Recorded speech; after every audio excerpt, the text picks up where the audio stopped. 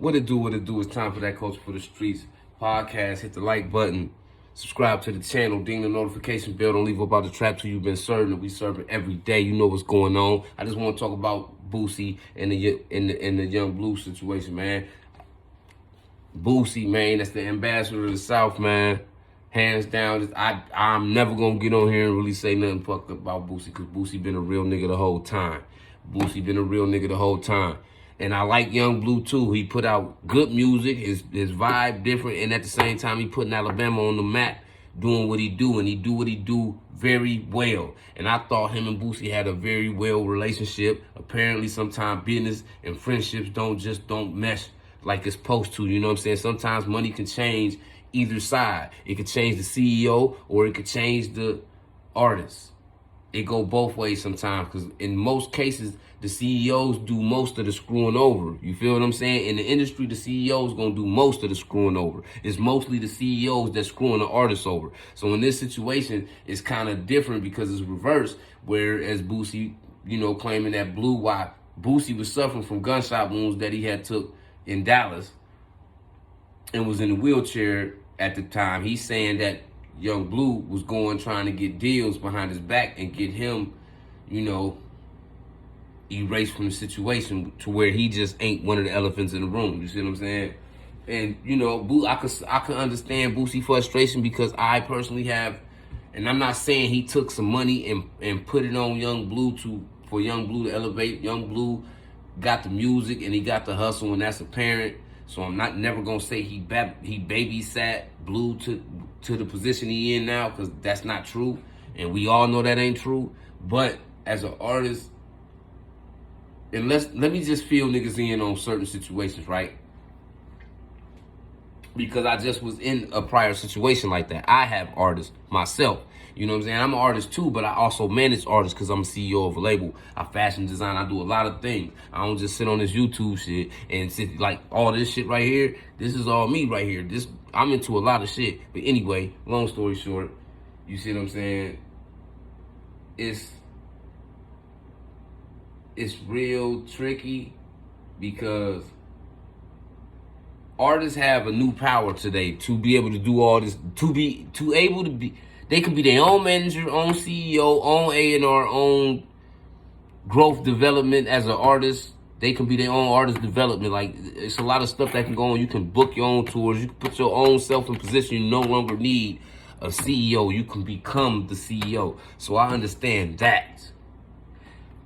But like I said, once again, this goes back to the artist thing. When you bring artists in the game, you might not necessarily try to bank off of what they're doing when you bring them along for the ride. You just putting them in a position to be seen more, be stamped a little bit more, gave them a cosign, maybe something like that. But when it comes to making these big deals where Interscope, Epic, any of these 300, these major labels want to sit there and make these multi-million-dollar deals now, this is where a nigga in that position that Boosie playing would get his bag. He don't need to get it from Yung Bleu streams and charging him for money on his tours, and he don't need to get it from none of that, right? Boosie gonna cash out by walking into them buildings with Yung Bleu and sitting down with them folks with Yung Bleu and saying, look, yeah, Bleu won't, y'all trying to give him 10, well, we really gonna need 15, and Boosie probably walk out with $2-3 million out of a $15 million deal that was decorated for Yung Bleu, which his $3 million don't even be included in Yung Bleu money. You see what I'm saying? Situations go like that. Like that's how a lot of niggas get deals, when they drag niggas up into these buildings and get in these label deals and shit like that. That's how they get their bag. They don't be getting it necessarily right off top off these artists. They wait until they get in the opportunity to be able to go sit down at these big tables, and these labels gonna have to give you a check for bringing this artist in here. The artist still gonna get every piece of what they was asking for. You just getting your bag. It's like a discovery fee. You see what I'm saying? But that same discovery fee can change a nigga life, depending on who you bringing in there and who you sitting down with these folks. So you got to understand the depths of what they talking about doing, what they doing. No, it might not have been no paper contract. You see what I'm saying? But like I said, it might have been an agreement to where when it's time to go up in here to these big labels, we going to go together I'm gonna make sure you get your bag, and I'm gonna make sure I get my finder's fee. You see what I'm saying?